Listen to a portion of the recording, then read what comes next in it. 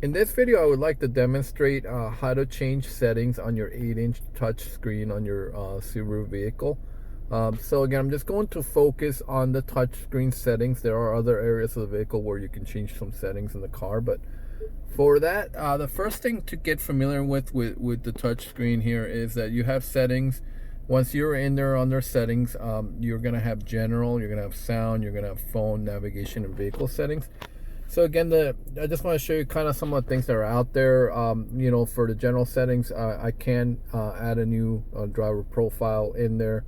I can change brightness. Obviously I can turn on or off the display screen. This VR help screen, what that is, it shows hints during a voice recognition session.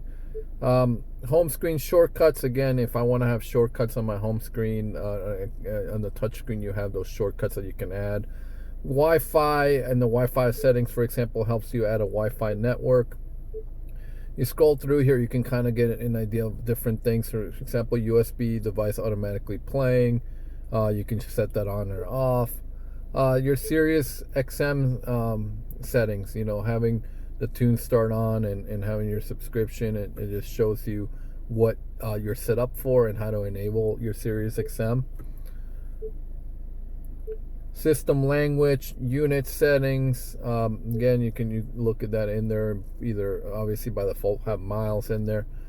The rear camera timeout, again, you can turn that on and off, and how long. I can set that up right through here. Checking for updates, again, pretty intuitive there. Automatically checking for updates. And then general system information about the head unit and everything else here. It'll tell you what software's in the vehicle. So you can do a factory data reset. So that's a big thing here in the general settings that you can do. So that's in general, again, general settings. Under sound, there's a lot of little things here, but these are very basic. Obviously, if I want to play with my bass, I can move it up and down here and change that setting.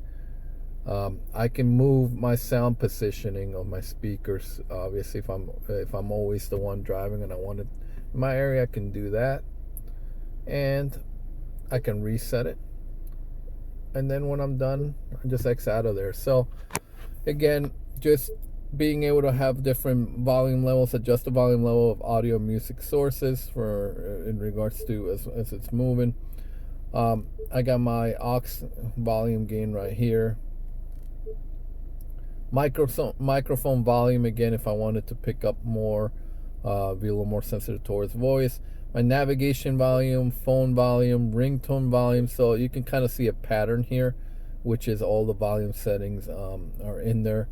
Where I want to hear beeping sounds are not on the vehicle in regards to being on or off, I can do that here. The same thing with alerts here. So sound pretty intuitive there. Your phone, obviously, here is where I could add a device. I have obviously vehicle devices paired in here, but I can obviously go in there and I can look at the different devices that are already set up. And obviously I can see whether the phone book is downloaded there and be able to use it. So that's there for you. Navigation, again, here's this car does have a navigation system set up as part of the vehicle. You can always use navigation also through your Android Auto, Apple CarPlay. This is talking about the navigation system that's set up with the vehicle. So just kind of allowing you to kind of set up the route settings. I can go shortest, most economic. Again, what do I want to avoid? Do I want to avoid highways, tolls, ferries? A lot of people put ferries, and a lot of systems by default will do that too, obviously. So I can change my junction view here to either be on or off. My map display, it's got an automatic setting that's going to darken or brighten the screen, or I can always have it automatically daytime or nighttime.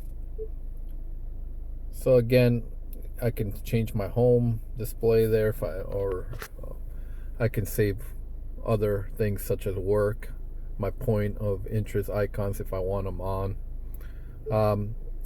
just again, this is where you can find a lot of information on that Navi system as you're changing settings. So just to be able to play around with it. And then vehicle settings, clock adjustment. I did a separate video on this. With the GPS of this navigation system, it is automatically picking up and updating the time. It can also do that through your Starlink connected services. If you have a telematics equipped vehicle, it's picking up that signal as well. If not, you change them manually, or you can't change your clock manually here. So your interior lights, do you want those? And again, what duration time do you want them after the vehicle's turned off? So that's there for you. Keyless entry system. It's going to just, again, allow you to set the settings on your key fob any way you want. For example, driver door unlock. I can actually unlock all doors when I hit that key fob and unlock the vehicle. Again, even the audible signals, the key will make a sound when locking or unlocking. So do I want that? Rear gate unlocked, the same thing. Do I want all doors unlocked or just a rear gate? And a hazard warning flasher. Again, this is it's going to show that the vehicle's parking lights will blink when you're locking or unlocking the door. So you can change all those things here.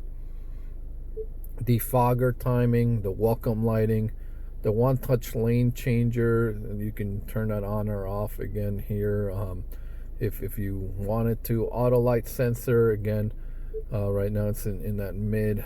So what it'll do is automatically turn the headlights on other functions if the ambient light is too dark. So it's all there. I'd say this is a very intuitive settings touch screen, but I just want to go through it, at least get you guys a little more familiar with it. So that's it. Again, if you have questions, always feel free to refer to your owner's manual or contact your local Subaru retailer. Thank you.